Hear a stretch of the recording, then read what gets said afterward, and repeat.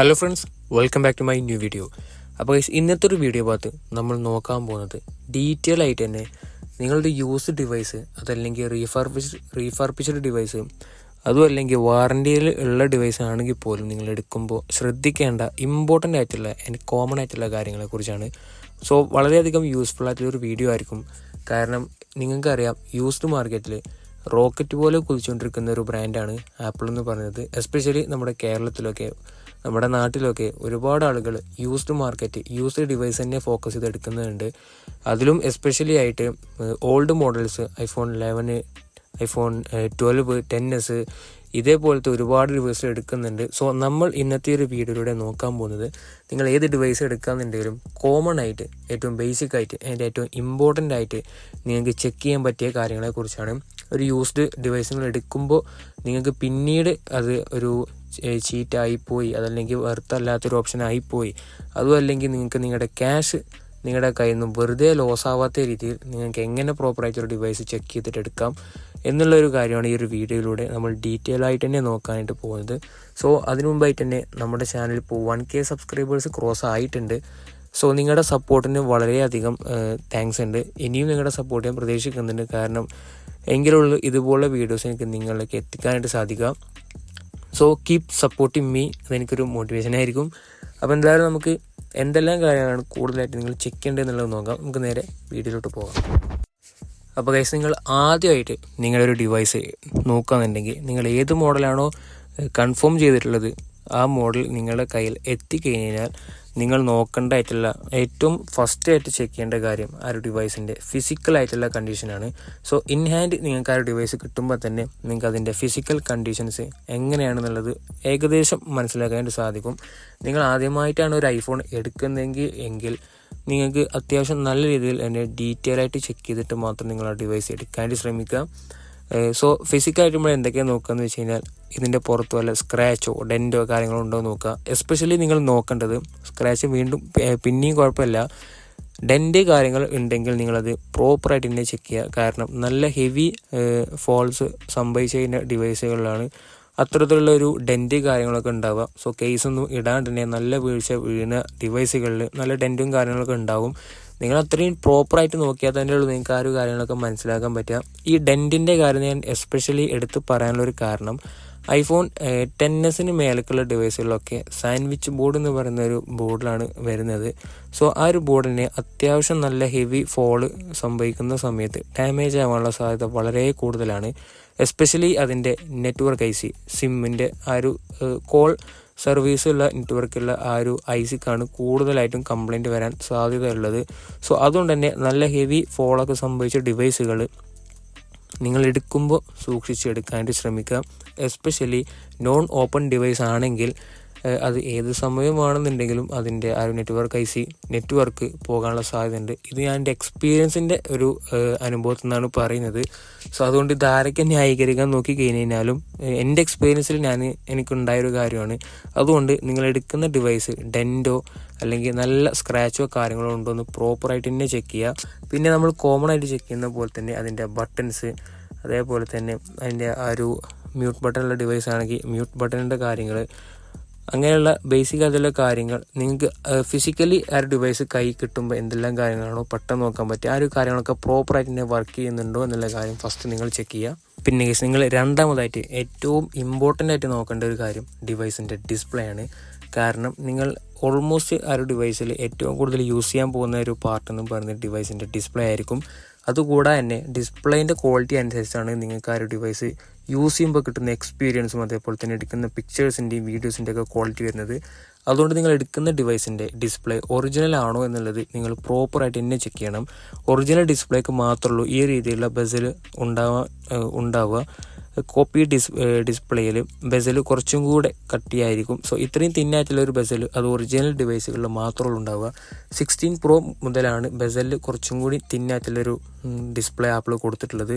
അതിനു മുമ്പുള്ള ഡിവൈസുകളിലൊക്കെ same Bessel കാര്യങ്ങളാണ് വരുന്നത്. അപ്പോൾ ആ ഒരു കാര്യങ്ങൾ ചെക്ക് ചെയ്യുക. അതേപോലെ തന്നെ ക്യാമറയിൽ വല്ല ഡസ്റ്റോ കാര്യങ്ങളോ ഉണ്ടോ എന്നുള്ളത് ചെക്ക് ചെയ്യുക. ഫ്രണ്ട് ക്യാമറയിൽ ഡസ്റ്റോ കാര്യങ്ങളോ ഉണ്ടാകാൻ സാധ്യതയുള്ളത് ഡിവൈസിൻ്റെ ടച്ച് ഗ്ലാസ് എപ്പോഴെങ്കിലും പൊട്ടിയിട്ട് റിമൂവ് ചെയ്യേണ്ടി അല്ലെങ്കിൽ റീപ്ലേസ് ചെയ്യേണ്ടി വന്നു കഴിഞ്ഞാലാണ്. സോ ഈ ഒരു കാര്യങ്ങൾ നോക്കിയാൽ തന്നെ നിങ്ങൾക്ക് ആ ഒരു ഡിവൈസിൻ്റെ ഫസ്റ്റ് അതിൽ ഏകദേശമുള്ളൊരു കാര്യങ്ങൾ മനസ്സിലാക്കാനായിട്ട് സാധിക്കും ഡിസ്പ്ലേ കുറിച്ചിട്ടുള്ളത്. ഡിസ്പ്ലേയിൽ തന്നെ രണ്ടാമതായിട്ട് നോക്കേണ്ട ഒരു കാര്യം, നിങ്ങൾ ഏത് ഡിവൈസാണോ എടുക്കാൻ പോകുന്നത് അതേ സിമിലർ ഡിവൈസ് നിങ്ങൾക്ക് അറേഞ്ച് ചെയ്യാൻ പറ്റുകയെന്നുണ്ടെങ്കിൽ, അത് വലിയ കാര്യമുള്ള കാര്യമൊന്നുമല്ല, ചെക്കിംഗ് പീരീഡിൽ തന്നെ നിങ്ങൾക്ക് അത് അറേഞ്ച് ചെയ്ത് നോക്കാവുന്ന കാര്യമുള്ളൂ. അങ്ങനെ അറേഞ്ച് ചെയ്യാൻ പറ്റുകയെന്നുണ്ടെങ്കിൽ 2 ഡിവൈസുകളും ഒരേ സമയം വെച്ച് അതിൻ്റെ രണ്ടിൻ്റെയും ക്വാളിറ്റി നിങ്ങൾക്ക് നോക്കാം. എൻ്റെ കയ്യിൽ ഇപ്പോൾ ഒരു 6S+ ആണുള്ളത്, അതുകൊണ്ട് ഞാൻ ജസ്റ്റ് വെച്ചെന്നേ ഉള്ളൂ. സോ ഇതേപോലത്തെ 12 Pro ഉള്ള ഒരു ഫ്രണ്ടിനെ നിങ്ങൾ നോക്കി, അതല്ലെങ്കിൽ മറ്റ് ഡിവൈസ് തന്നെ വെച്ച് നോക്കി അതിൻ്റെ ഒരു ക്വാളിറ്റി നോക്കാം. അതേപോലെ തന്നെ അസിസ്റ്റീവ് ടച്ച് എനേബിൾ ചെയ്ത് എല്ലാ ഭാഗത്തു കൂടി നിങ്ങൾ അതിൻ്റെ ഒരു ടച്ച് കാര്യങ്ങൾക്ക് സ്മൂത്ത് ആണോ എന്നുള്ളത് നോക്കാം. എങ്ങാനും നല്ല വീഴ്ചയോ നല്ല ഡിസ്പ്ലേ പരമായിട്ട് ഡാമേജ് വരികയോ ചെയ്ത് കഴിഞ്ഞാൽ ഇതിൻ്റെ ആ ഒരു ഓരോ ഭാഗത്തെ ടച്ചിൻ്റെ ഒരു പെർഫോമൻസ് വ്യത്യാസം വരും. സോ അതുകൊണ്ട് നിങ്ങൾ ആ ഒരു കാര്യങ്ങളൊക്കെ പ്രോപ്പറായിട്ട് തന്നെ ചെക്ക് ചെയ്യാം. അതേപോലെ തന്നെ നിങ്ങൾക്ക് നോക്കാൻ പറ്റിയ മറ്റൊരു കാര്യമാണ് ഡിവൈസിൻ്റെ കോളിംഗ് ആപ്ലിക്കേഷൻ എടുത്ത് അതിൻ്റെ ആ ഒരു ടെക്സ്റ്റിൻ്റെ ക്വാളിറ്റി നോക്കുക. കാരണം ആ ഒരു ടെക്സ്റ്റിൻ്റെ ആ ഒരു പിക്സൽസ് സ്പ്രെഡായി പോകുന്നുണ്ടെങ്കിൽ, അതായത് ബ്രേക്ക് ആവാന്നുണ്ടെങ്കിൽ നിങ്ങൾക്ക് അതിൻ്റെ ക്വാളിറ്റി വളരെ പെട്ടെന്ന് തന്നെ മനസ്സിലാക്കാൻ പറ്റും. ഒറിജിനൽ ഡിസ്പ്ലേയിൽ ആ ഒരു പിക്സൽസ് എന്ന് പറയുന്നത് അത്ര പെട്ടെന്നൊന്നും സ്പ്രെഡായി ബ്രേക്കായി പോവുകയില്ല, ആക്യുറേറ്റ് ഒരു ടെക്സ്റ്റ് ആയിരിക്കും. അതേപോലെ തന്നെ നോക്കാൻ പറ്റിയ മറ്റൊരു കാര്യമാണ്, നിങ്ങൾ ഡാർക്ക് മോഡിലിട്ട് കോൺടാക്റ്റ് ആപ്ലിക്കേഷൻ എടുത്ത് അതിൻ്റെ ആ ഒരു ടെക്സ്റ്റ് നിങ്ങളൊരു മിനിമൈസ് ഓപ്ഷനിൽ പോയിട്ട് ജസ്റ്റ് ഒന്ന് അങ്ങോട്ടും ഇങ്ങോട്ടും ഒന്ന് സ്ക്രോൾ ചെയ്ത് കഴിഞ്ഞാൽ നിങ്ങൾക്ക് ആ ഒരു ടെക്സ്റ്റിൽ വരുന്ന ഒരു മാറ്റം ശ്രദ്ധിച്ച് കഴിഞ്ഞാൽ തന്നെ മനസ്സിലാക്കാൻ പറ്റും. ഇത് OLED ഡിസ്പ്ലേയിലും LCD ഡിസ്പ്ലേയിലും നിങ്ങൾക്ക് ഇതേ സെയിം പാറ്റേൺ കാണാൻ പറ്റും. കോപ്പി ഡിസ്പ്ലേ ആണെങ്കിൽ പോലും നിങ്ങൾക്ക് ഇത്രയും ഒരു ആക്യുറേറ്റ് ആ ഒരു ഡിസ്പ്ലേയിൽ ഫീൽ ചെയ്യില്ല, എക്സ്പീരിയൻസ് ചെയ്യില്ല. അപ്പം അങ്ങനെ നിങ്ങൾക്ക് ഈ ഒരു ഡിവൈസിൻ്റെ ഡിസ്പ്ലേ കുറിച്ച് കുറച്ച് കാര്യങ്ങൾ മനസ്സിലാക്കാനായിട്ട് പറ്റും. പിന്നെ അതേപോലെ തന്നെ ഡിവൈസ് ഡാർക്ക് മോഡിലും അതേപോലെ തന്നെ വൈറ്റ് മോഡിലിട്ട്, അതായത് വൈറ്റ് സ്ക്രീനും ഡാർക്ക് സ്ക്രീനും ആക്കിയതിന് ശേഷം നിങ്ങൾ പ്രോപ്പറായിട്ട് തന്നെ എല്ലാ ഭാഗങ്ങളും ചെക്ക് ചെയ്യുക. ഒറിജിനൽ ഡിസ്പ്ലേക്ക് മാത്രമുള്ളൂ ഇത്രയും ഒരു ബ്ലാക്ക് ആയിട്ടുള്ള ഒരു ആക്യുറേറ്റ് നിങ്ങൾക്ക് കിട്ടുകയുള്ളൂ. എത്രയൊക്കെ പറഞ്ഞു കഴിഞ്ഞാലും തേർഡ് പാർട്ടി ഡിസ്പ്ലേക്ക് അതല്ലെങ്കിൽ സെക്കൻഡ് കോപ്പി ഡിസ്പ്ലേക്കൊക്കെ ഇത് രണ്ടും കമ്പയർ നോക്കുമ്പോൾ വ്യത്യാസങ്ങളുണ്ടായിരിക്കും. നിങ്ങൾക്ക് ഏറ്റവും ബെറ്ററായി ചെക്ക് ചെയ്യാൻ പറ്റിയത് ഇതേ ഡിവൈസിൻ്റെ ഡിസ്പ്ലേ നിങ്ങൾക്ക് അറേഞ്ച് ചെയ്യാൻ പറ്റുന്നുണ്ടെങ്കിൽ 2 ഡിസ്പ്ലേയും കമ്പയർ ചെയ്തിട്ട് ചെക്ക് ചെയ്യാം. അതല്ല, ഞാൻ ഈ പറഞ്ഞ കാര്യങ്ങൾ കൊണ്ടൊക്കെ വളരെ ഈസി ആയിട്ട് തന്നെ ചെക്ക് ചെയ്യാൻ പറ്റും. അത്ര വലിയ കാര്യമൊന്നുമല്ല. ഡിവൈസിൻ്റെ ഡിസ്പ്ലേ എന്ന് പറയുന്നത് ഒരുപാട് ആളുകൾ പറ്റിക്കപ്പെടുന്നൊരു കാര്യം തന്നെയാണ്. പറ്റിക്കപ്പെടുകയല്ല, ഒരുപാട് ആളുകൾ ഒരു മിസ്റ്റേക്ക് ആയിട്ട് എടുക്കുന്ന ഒരു കാര്യമാണ്. സോ പ്രോപ്പറായിട്ട് തന്നെ ഡിവൈസിൻ്റെ ഡിസ്പ്ലേ നിങ്ങൾ ചെക്ക് ചെയ്യുക. കാരണം ഈ ഒരു ഡിവൈസിനെ സംബന്ധിച്ച് നോക്കുന്ന സമയത്ത് ഏറ്റവും കൂടുതൽ നിങ്ങൾക്ക് യൂസ്ഫുൾ ആകാൻ പോകുന്ന ഒരു കാര്യം ആ ഒരു ഡിവൈസിൻ്റെ ഡിസ്പ്ലേ ആണ്. എസ്പെഷ്യലി 13 Pro സീരീസൊക്കെ ആണെന്നുണ്ടെങ്കിൽ 120 Hz ആ ഒരു ഫീലും കാര്യങ്ങളൊക്കെ നിങ്ങൾക്ക് പ്രോപ്പറായിട്ട് കിട്ടണമെന്നുണ്ടെങ്കിൽ ഒറിജിനൽ ഡിസ്പ്ലേയിൽ മാത്രമുള്ളൂ കിട്ടുക. സോ റിമൂവ്ഡ് ഡിസ്പ്ലേയും വരുന്നുണ്ട്, പക്ഷേ ആ ഒരു ഡിവൈസിൻ്റെ ഡിസ്പ്ലേ ഒറിജിനൽ ആണോ എന്നുള്ളത് നിങ്ങൾ കൺഫേം ആയിട്ട് ചെക്ക് ചെയ്യുക. അപ്പോൾ ഇതിൽ അടുത്തൊരു ഇമ്പോർട്ടൻ്റ് ആയിട്ടുള്ള ഒരു പാർട്ട് എന്ന് പറയുന്നത് ഡിവൈസിൻ്റെ ക്യാമറ തന്നെയാണ്. നിങ്ങൾക്കറിയാം, ഐഫോൺ കൂടുതൽ ആളുകളും എടുക്കുന്നത് അതിൻ്റെ ക്യാമറ പെർഫോമൻസ് നോക്കിയിട്ട് ഒരുപാട് ആളുകൾ ഡിവൈസ് കൺസിഡർ ചെയ്യുന്നുണ്ട്. എസ്പെഷ്യലി യൂസ്ഡ് ഡിവൈസിൽ ഇതിൻ്റെ ഒരു ക്യാമറ എന്ന് പറഞ്ഞ പാർട്ട് നിങ്ങൾ ഡീറ്റെയിൽ ആയിട്ട് തന്നെ ചെക്ക് ചെയ്തിട്ട് എടുക്കാനായിട്ട് ശ്രമിക്കാം. കാരണം ഈ ഒരു ക്യാമറ സംബന്ധിച്ച് ഒരുപാട് ഇഷ്യൂസും കാര്യങ്ങളൊക്കെ നിങ്ങൾ പിന്നീട് യൂസ് ചെയ്യുന്ന സമയത്ത് വരുന്നുണ്ട്. സോ ഞാനിങ്ങനെ സെക്ഷൻ വൈസ് വെച്ച് പറയാനുള്ള ഒരു കാരണം നിങ്ങൾക്ക് പെട്ടെന്ന് തന്നെ ഈ വീഡിയോ ക്യാച്ച് ചെയ്യാൻ വേണ്ടിയിട്ടാണ്. നമ്മുടെ മുമ്പത്തെ വീഡിയോസൊക്കെ എടുത്ത് നോക്കിയാലും നമ്മൾ ഇതേ പാറ്റേൺ തന്നെയാണ് വീഡിയോ ചെയ്തിട്ടുള്ളത്.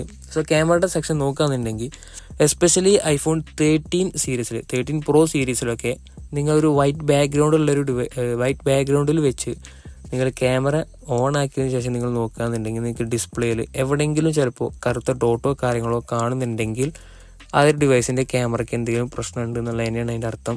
ചില ഡോട്ട്സും കാര്യങ്ങളൊക്കെ ഡിവൈസിൻ്റെ ക്യാമറ അയച്ച് ക്ലീൻ ചെയ്ത് കഴിഞ്ഞാൽ പോകും, ചില ഡോട്ട്സ് പോകാത്ത ഒരു കംപ്ലൈൻ്റ് ആണ്. സോ അത് ഹാർഡ്വെയർ പരമായിട്ട് വരുന്ന ഇഷ്യൂസാണ്. അതുകൊണ്ട് നിങ്ങൾ എടുക്കുന്ന ഡിവൈസിൻ്റെ ക്യാമറ പ്രോപ്പറായിട്ട് എല്ലാ ലെൻസിലും ഇട്ട്, ട്രിപ്പിൾ ക്യാമറ സെറ്റപ്പുള്ള ഡിവൈസ് ആണെങ്കിൽ 3 ലെൻസിലും ഇട്ട് നിങ്ങൾ വീഡിയോസും ഫോട്ടോസും എടുത്ത് നിങ്ങൾ ചെക്ക് ചെയ്യുക. ഡുവൽ ക്യാമറ എന്നുണ്ടെങ്കിൽ വൈഡിലും അൾട്രാ വൈഡിലും ഇട്ട് അല്ലെങ്കിൽ ടെലിഫോട്ടോയിലും ഇട്ട് പ്രോപ്പറായിട്ട് തന്നെ ആ ഒരു ലെൻസ് കാര്യങ്ങളൊക്കെ ചെക്ക് ചെയ്യുക. പിന്നെ നിങ്ങൾ നോക്കേണ്ട ഒരു കാര്യം ഡിവൈസിൻ്റെ ബാറ്ററിയാണ്. ബാറ്ററി എന്ന് പറയുന്നത് യൂസ്ഡ് ഡിവൈസിൽ നിങ്ങൾക്ക് അറിയാം എന്തായാലും ബിലോ ഒരു 90 ബാറ്ററി ഹെൽത്തുള്ള ഡിവൈസുകളായിരിക്കും. Depend on models. നിങ്ങൾ എടുക്കുന്നത് ഒരു 11 അല്ലെങ്കിൽ 12 13 ആണെന്നുണ്ടെങ്കിൽ നിങ്ങൾക്ക് എന്തായാലും ഒരു 90 ബിലോ, ഒരു 85 ബിലോ ഒക്കെ പ്രതീക്ഷിച്ചാൽ മതി. അതിൻ്റെ ജെന്യുവിനായിട്ടുള്ളൊരു ബാറ്ററി ഹെൽത്ത് എന്ന് പറയുന്നത്. നോൺ ഓപ്പൺ ഡിവൈസ് ആണെങ്കിൽ നിങ്ങൾക്ക് ഏകദേശം അത്ര ഒരു ബാറ്ററി ഹെൽത്ത് പ്രതീക്ഷിക്കാം. അതിന് മുകളിൽ പോയിട്ടുണ്ടെങ്കിൽ നിങ്ങൾക്ക് കൺഫേം ആയിട്ട് ഉറപ്പിക്കാം അത് ബൂസ്റ്റഡ് ബാറ്ററീസ് ആയിരിക്കും. കൺഫേം എന്ന് പറഞ്ഞു കഴിഞ്ഞാൽ റയർ കേസിൽ നിങ്ങൾക്ക് 90 ബാറ്ററി എടുത്തുള്ള ഡിവൈസുകളും ജെന്യൂനായിട്ട് കിട്ടാൻ സാധ്യതയുണ്ട്. അതല്ല പക്ഷേ മോസ്റ്റ് ഓഫ് ദ കേസിലും ബൂസ്റ്റഡ് ബാറ്ററീസ് വരാനുള്ള സാധ്യതയുണ്ട്. സോ ആ ഒരു കാര്യം നിങ്ങൾ ബാറ്ററി ചെക്ക് ചെയ്യുക. അങ്ങനെ നിങ്ങൾക്ക് ബാറ്ററി ബൂസ്റ്റഡ് ആണോ എന്നുള്ളത് ചെക്ക് ചെയ്യാൻ ഒരേ ഒരു മാർഗ്ഗമുള്ളൂ, നിങ്ങൾ എടുക്കുന്ന ഡിവൈസിൻ്റെ വാറണ്ടി പീരീഡ്, ചെക്കിംഗ് വാറണ്ടി പീരീഡിൽ നിങ്ങൾ നല്ല ഹെവി യൂസ് ചെയ്യുന്ന ഡിവൈസ് ചെയ്യുക. ആ ഒരു സമയത്ത് നിങ്ങൾക്ക് അതിൻ്റെ പെട്ടെന്ന് ബാറ്ററി ഹെൽത്ത് 2% 3% ഒക്കെ കുറയുന്നുണ്ടെങ്കിൽ നിങ്ങൾക്കത് ബാറ്ററി ബൂസ്റ്റഡ് ആണെന്നുള്ള കാര്യം മനസ്സിലാക്കാനായിട്ട്. ബൂസ്റ്റഡ് ബാറ്ററിയുടെ കാര്യം പറയാന്നുണ്ടെങ്കിൽ അതൊരിക്കലും ബാറ്ററി കംപ്ലൈൻ്റ് അല്ല, പക്ഷെ ബാറ്ററി ഹെൽത്ത് ഓൾറെഡി ഡൗൺ ആയിട്ടുള്ള ബാറ്ററീസ് ബൂസ്റ്റ് ചെയ്ത് ബാറ്ററിയുടെ ഹെൽത്തിൻ്റെ ആ ഒരു കൗണ്ട് കൂട്ടി കാണിക്കുന്ന ഒരു സംഭവമാണ്. സോ അതുകൊണ്ട് ആ ഒരു കാര്യങ്ങൾ പ്രോപ്പറായിട്ട് തന്നെ ചെക്ക് ചെയ്യാം. പിന്നെ നിങ്ങൾ ഇത് ചാർജ് ചെയ്ത് പ്രോപ്പറായിട്ട് തന്നെ ചാർജ് കയറുന്നില്ലേ എന്നുള്ളൊരു കാര്യം കൂടി ചെക്ക് ചെയ്യുക. കാരണം പലപ്പോഴും നമ്മൾ ചെക്ക് ചെയ്യാണ്ട് പോകുന്നൊരു കാര്യമാണ്, നിസ്സാരാക്കി വിടുന്നൊരു കാര്യമാണ് പോർട്ടും കാര്യങ്ങളൊക്കെ. പിന്നീട് നിങ്ങൾ ചെക്ക് ചെയ്യേണ്ട മറ്റൊരു കാര്യമാണ് ഈ ഒരു ഡിവൈസിൻ്റെ സിം റിജക്ടർ ടൂൾ റിമൂവ് ചെയ്ത് ആ ഒരു ഭാഗത്തു കൂടെ ജസ്റ്റ് നിങ്ങളൊന്ന് ഊതി കഴിഞ്ഞാൽ നിങ്ങൾക്ക് അതിൻ്റെ ആ ഒരു എയർ ടൈറ്റും കാര്യങ്ങളും പ്രോപ്പറായിട്ട് മനസ്സിലാക്കാനായിട്ട് പറ്റും. കാരണം ഏതെങ്കിലും ഒരു ഭാഗത്തു കൂടെ എയർ സ്പ്രെഡ് ആവുന്നുണ്ടെങ്കിൽ ആ ഒരു ഡിവൈസ് അഴിച്ചിട്ടുണ്ടെന്നാണ് അതിന് അർത്ഥം. കാരണം ഈ ഒരു ഡിവൈസിൻ്റെ ഫ്രെയിമും അതേപോലെ തന്നെ ഡിസ്പ്ലേയുടെ ആ ഒരു സെക്ഷനും നമ്മൾ കണക്ട് ചെയ്യുന്നതിൻ്റെ സെൻട്രലായിട്ടാണ് ഇതിൻ്റെ ആ ഒരു വാട്ടർ റെസിസ്റ്റൻറ്റ് അല്ലെങ്കിൽ ആ ഒരു ഗമ്മിൻ്റെ ആ ഒരു കാര്യം വരുന്നത്. സോ ആ ഒരു ഗമ്മ് പ്രോപ്പറായിട്ട്, അതായത് കമ്പനി ഫിറ്റഡ് അല്ല എന്നുണ്ടെങ്കിൽ നിങ്ങൾക്ക് ആ ഒരു എയർ സ്പ്രെഡ് ആവുന്നത് മനസ്സിലാക്കിയതിന് ശേഷം അത് അയച്ചതാണോ അല്ല നോൺ ഓപ്പൺ ഡിവൈസ് ആണോ എന്ന് മനസ്സിലാക്കാൻ പറ്റും.